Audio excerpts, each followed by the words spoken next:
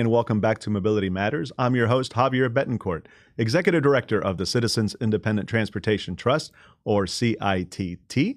We're the quasi-independent agency of Miami-Dade County charged with overseeing your half-penny sales tax for transportation. You can learn more about us on our website, miamidade.gov/CITT. So one of the things we love to do is work with all of our partner transportation agencies. We have many here in Miami-Dade County, but none potentially more important and more critical to the movement of people and goods in Miami-Dade County than the Florida Department of Transportation. FDOT, as we know it, is divided into several districts throughout the state, and they're all kind of I don't want to say autonomous, but they have a certain level of, what's the word here? I guess authority that they have within those districts. Here in Miami-Dade County, and I believe joined with Monroe County, we have FDOT District 6. And I'm really pleased today to have the new Secretary of the District 6 office, Daniel Iglesias. Danny, welcome to the program. Thank you very much, Javier. Great to be here. Thank you for inviting me, and happy to be on the Mobility Matters podcast. Yes, you're correct. We are a decentralized agency. So District 6 is our local office here for the Department of Transportation in Miami-Dade and Monroe counties. And as you mentioned, I'm the new district secretary, not new to the agency, but obviously new to the role. So first of all, congratulations. Thank you. That's a huge deal. Thank you. And I know you stand on the shoulders of giants that came before you know, and your immediate predecessor is now the director of the Department of Transportation and Public Works, DTPW, at Miami-Dade County. Correct. So you'll be continuing to work closely together. Correct. Yes, Stacy Miller is a great person. We're good friends outside of our business relationship, and we worked very closely while she was the district secretary before I was appointed. And as her director of transportation development, we were hand in hand in all things transportation in Miami-Dade and Monroe County. So I'm looking forward to developing that relationship with her as she works on the DTPW side, while we obviously continue working with them very closely on all things transportation here. They are our largest partner, so we're looking forward to that. Excellent. So for the uninitiated, what does FDOT do? In particular, what is District 6 responsible for? So, FDOT, FDOT, Florida Department of Transportation, we are responsible for the operations, the maintenance, the design, construction, and development of transportation improvement projects on the state highway system in Miami-Dade and Monroe counties. So we are a decentralized agency, but we are the transportation agency for the state. And as part of that, we really not only focus on producing projects, constructing and maintaining projects, we also operate our roadways and highways, bridges, infrastructure.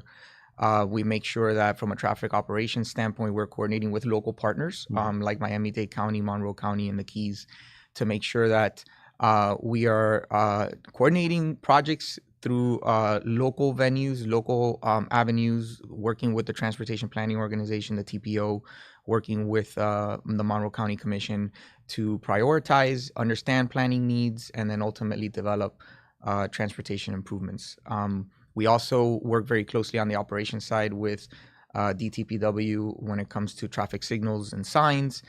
We also work with agencies like the CITT when it comes to making sure that we're developing cooperative efforts like the SMART program when it comes to transit. So there's a number of things we do here. First and foremost, we want to make sure that we are coordinating with our communities and understanding what the community's needs are as we develop solutions for transportation. Right.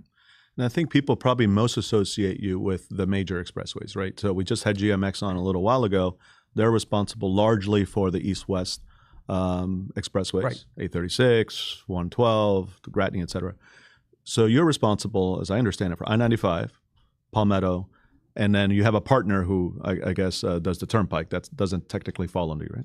The Florida's Turnpike is an enterprise, so they are part of FDOT, but they operate almost like their own district, if you will. Work closely, I imagine. So we work very closely with them, hand in hand, on their facility here in Miami-Dade. Yes, we're responsible for a number of limited access facilities, highways, expressways here in Miami-Dade County.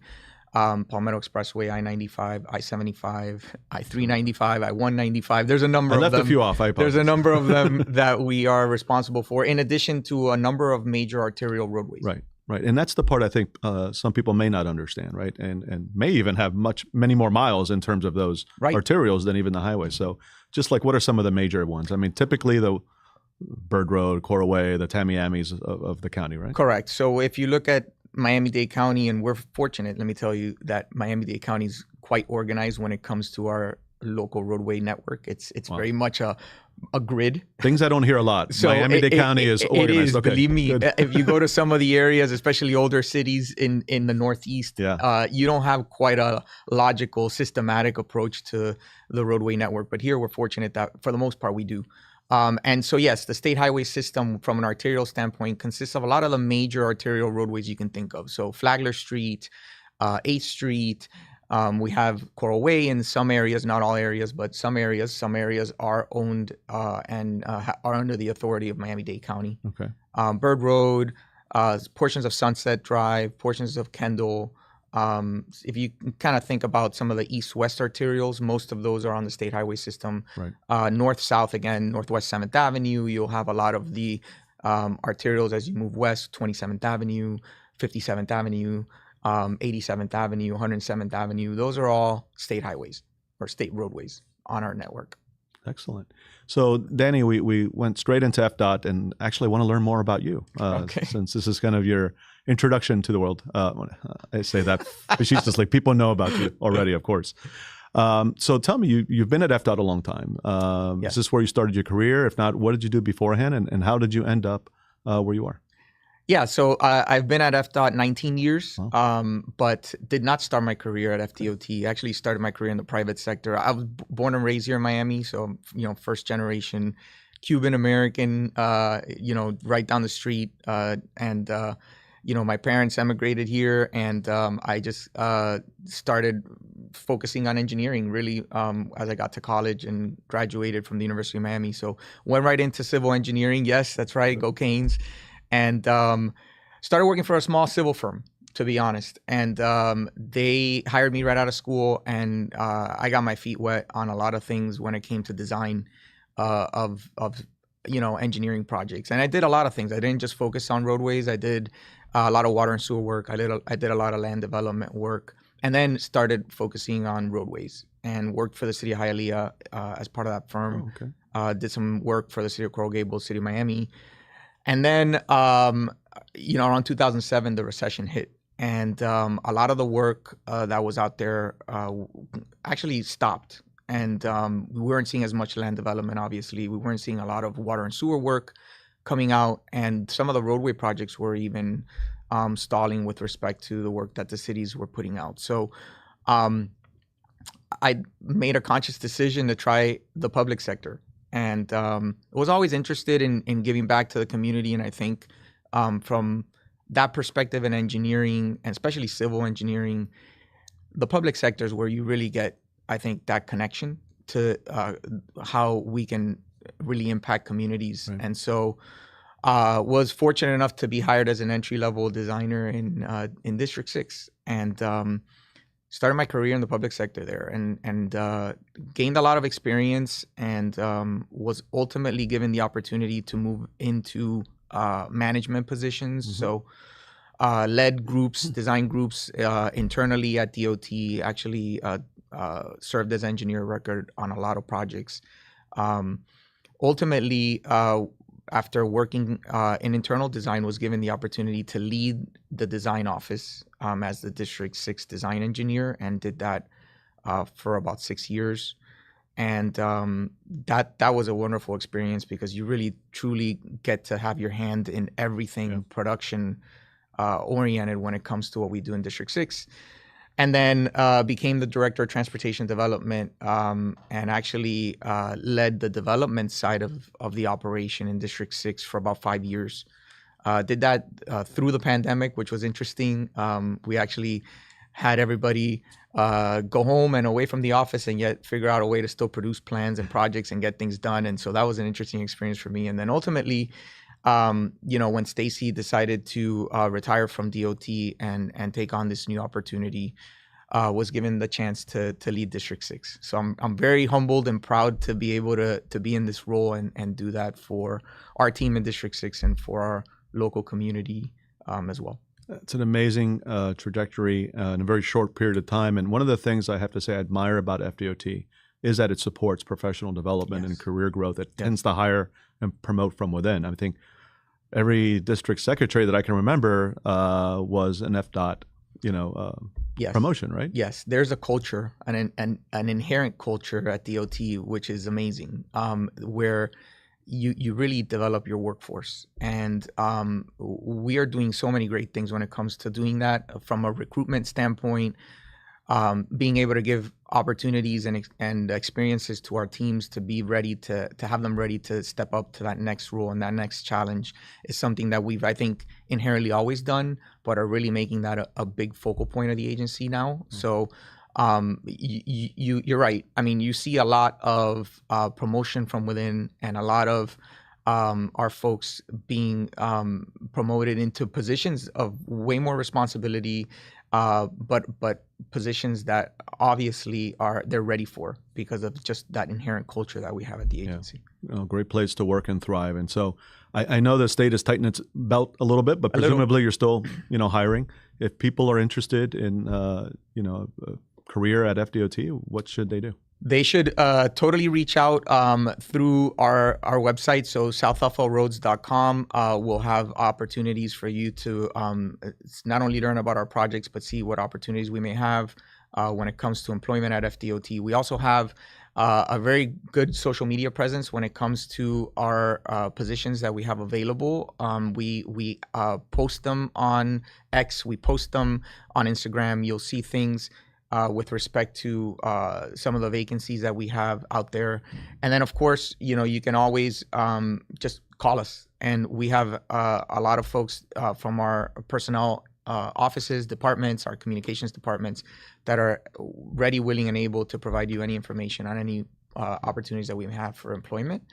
And we are hiring. So even though we have limited number of positions that we're filling, we are filling. And so if you're interested, please feel free to look out for those opportunities and come join the department. Yeah, and really no exaggeration. I'm not just saying that because you're here, but every former FDOT employee I've ever met or current FDOT employee really, raves about the agency and about their time there and about how supportive of an environment it is. Yes, so keep it up. We're very proud of it, and we continue to foster it. And we believe, nothing against our local partners or any other agency, but we believe we're the gold standard when it comes to transportation, and we want to continue to build on that reputation. Absolutely.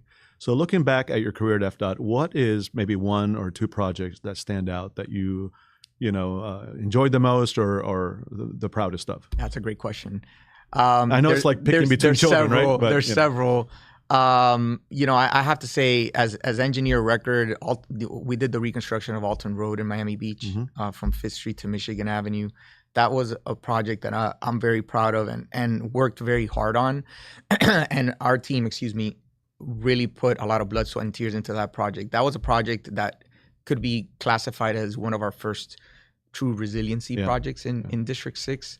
You had to elevate the roadway, right? It's focused on trying to elevate the roadway as much as we could, put in a lot of drainage pump stations, trying to make sure that we can get some of the tidal inflows pumped out when we get these king tides and things of that sort that happen on a sunny day.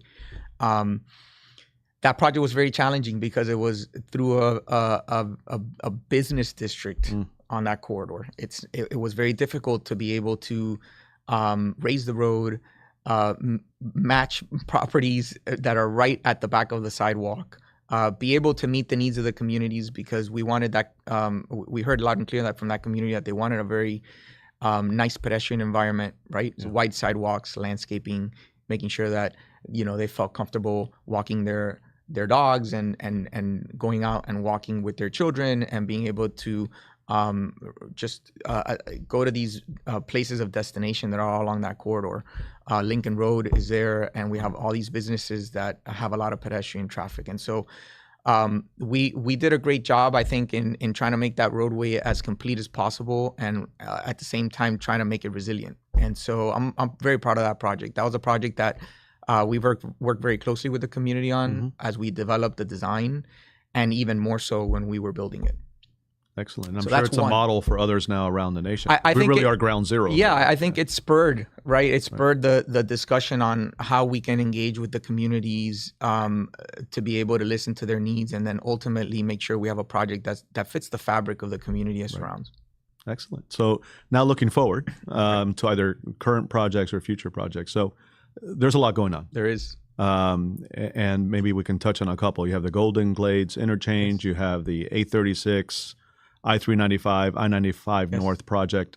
These are massive projects. I mean, anyone who drives on any of those highways, comes across it. So let's start with Golden Glades. What's happening there, and what's the status?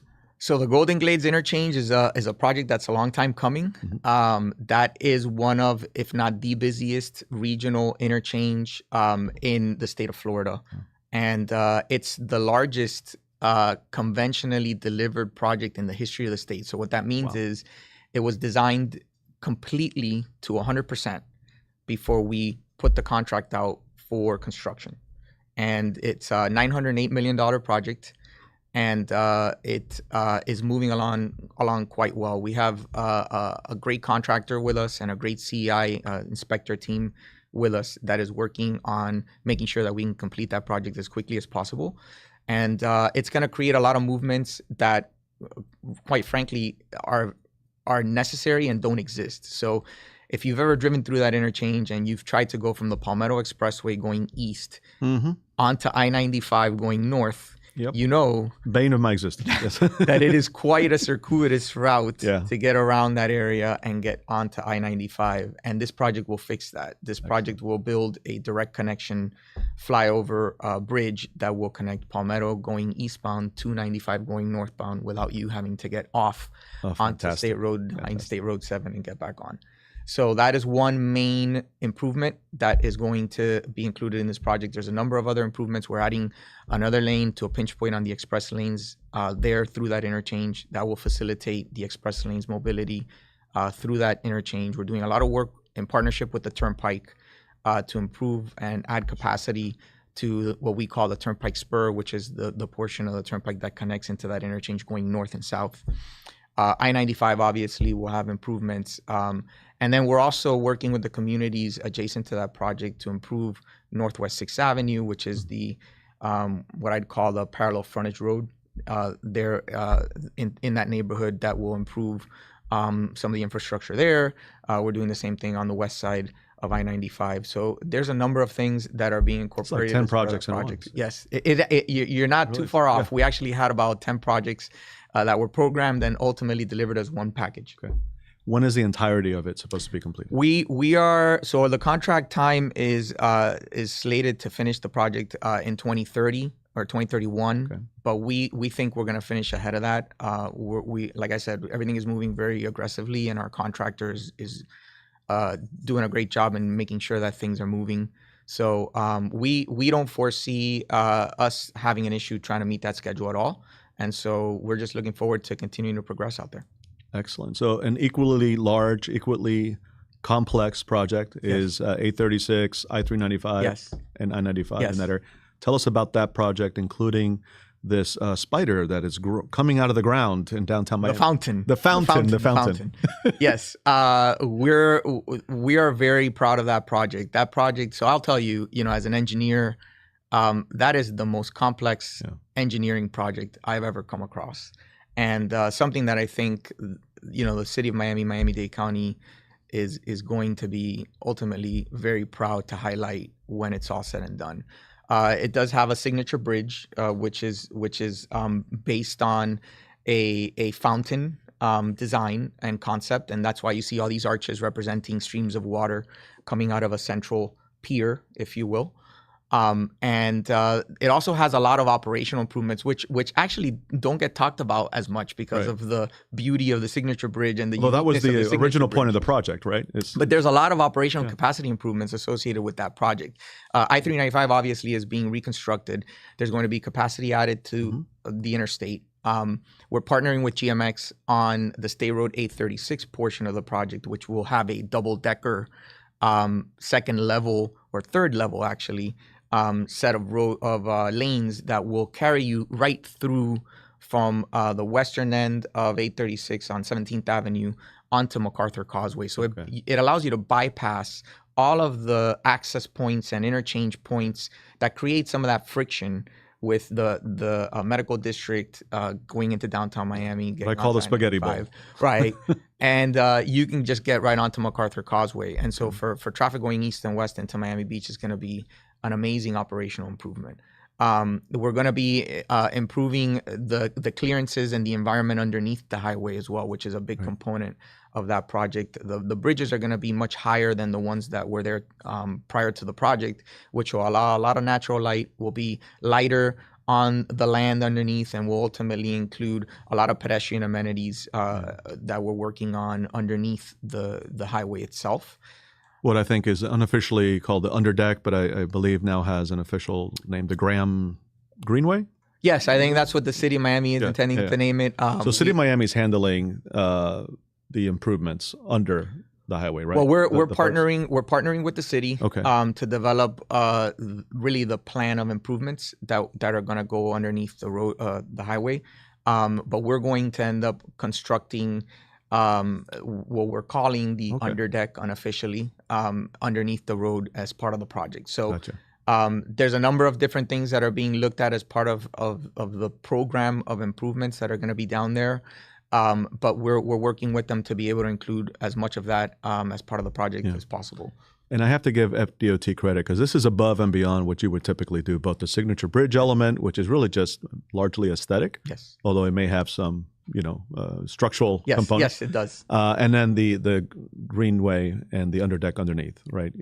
You actually placed funding for both of these things above and beyond what the project need was. Correct. We are, like I said, we're very proud of that project. That's a project that's mentioned, making sure we meet the fabric of our communities, right? That's a perfect example of components that we include as part of projects that are community driven.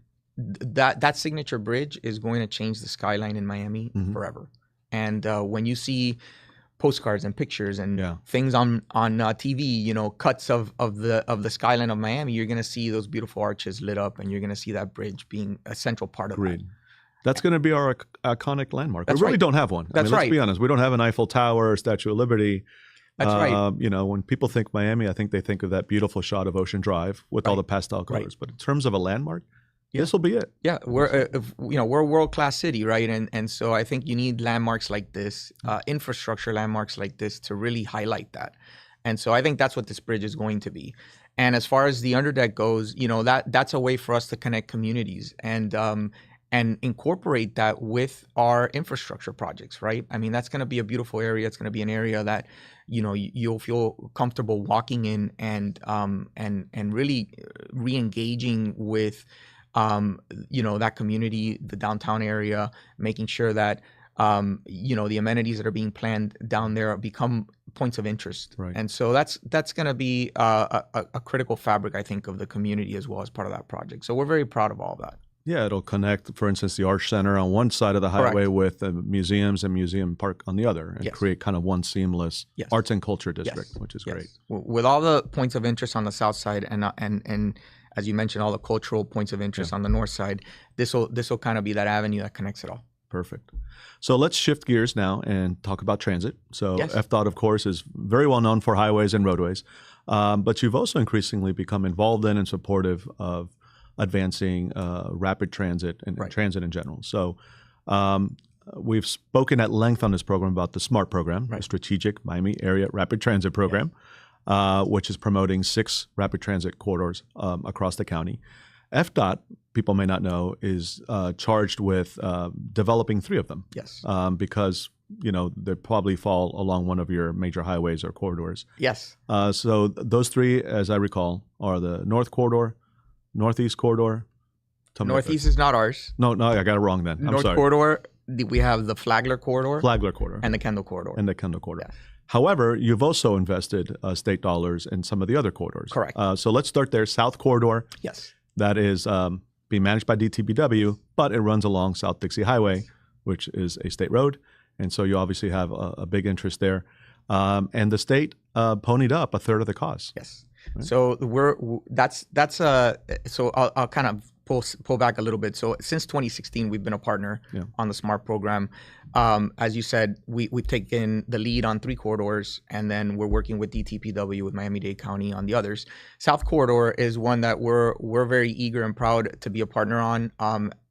Yes, the busway is parallel to US 1, and having a premium transit solution there obviously is going to relieve congestion on US 1. And so, as you mentioned, we were a funding partner to that project with a third of the contribution, the capital contribution being from the state. And we're excited to see it come to fruition here. It's this year. It's interesting to see the stations being constructed and the coordination that we've had with the county, not only through the design of that project, but through the construction of that project and working hand in hand with them. There's a lot of coordination that has to happen, because even though they're separate on a separate facility, they have to coordinate all the signal timing, all the coordination with respect to the intersections that connect, that are state roads, as well as what happens on US 1. So there's a lot of coordination that takes place between the department and DTPW on that project, and we're excited to see it come to fruition here in the near future. Look forward to holding that huge scissor with you. I can't for the wait. ribbon cutting in a few months. I can't wait. So yes, that's one. And then Northeast Corridor, you mentioned, is the other one where the county's moving forward with the engineering part of that project. And that project as well is going to relieve congestion on parallel corridors. We have Biscayne Boulevard right there, I-95 not that far away. And we are looking to be a partner on that project as well, and have been working hand in hand with them. And that's obviously going to be running commuter rail on the FEC corridor. So that's another project that is moving forward pretty rapidly, and we're very much engaged when it comes to that. And what's going on the Flagler corridor? Because I think there was a demonstration project that was happening there, but some things may have happened. Yeah, there was. So we coordinated very closely with the county and the TPO on doing a demonstration project. That project was, as you may know, Javier, targeted or preferred to be looking at a BRT, bus rapid transit solution. The TPO selected that as their preferred alternative when we were doing the PD&E study. And the idea with the demonstration project was to be able to look at a pilot incorporation of that solution to see if it worked within a certain piece of the project. Yeah. And so we went through that process. We looked at it. One of the key factors in doing so is that we have to have a corridor that has capacity to be able to afford losing a travel lane for rapid transit. And so that corridor is built out, as you know, it's in the part of the one-way pair near the urban core. And so we did the analysis, and unfortunately, the capacity wasn't there to be able to repurpose that lane for transit. As a matter of fact, what we saw were significant delays in the modeling when it came to the traffic. We had traffic really at a standstill for the majority of that portion of the project. So we were in the process of actually working with the TPO and the county to figure out what the next steps are going to be with that corridor, because as you may know, the TPO also directed us to look at the feasibility of an elevated guideway for a separate transit solution, a separate mode, if you will. Right. And so the good news is that we're still very much looking at that, and that might end up being the best solution on this particular corridor because of the fact that it's not taking away capacity from the travel lanes. So that's something that we're looking at. We just started that study. We foresee that study to take about a year or so to complete, and then we'll come back to the TPO and report on the findings. And speaking of elevated guideway, I believe that's also the proposed solution right now for the North Corridor, which Yes. you're also continuing to study. So what's the latest on the North Corridor? So that one is in the project development and environmental phase.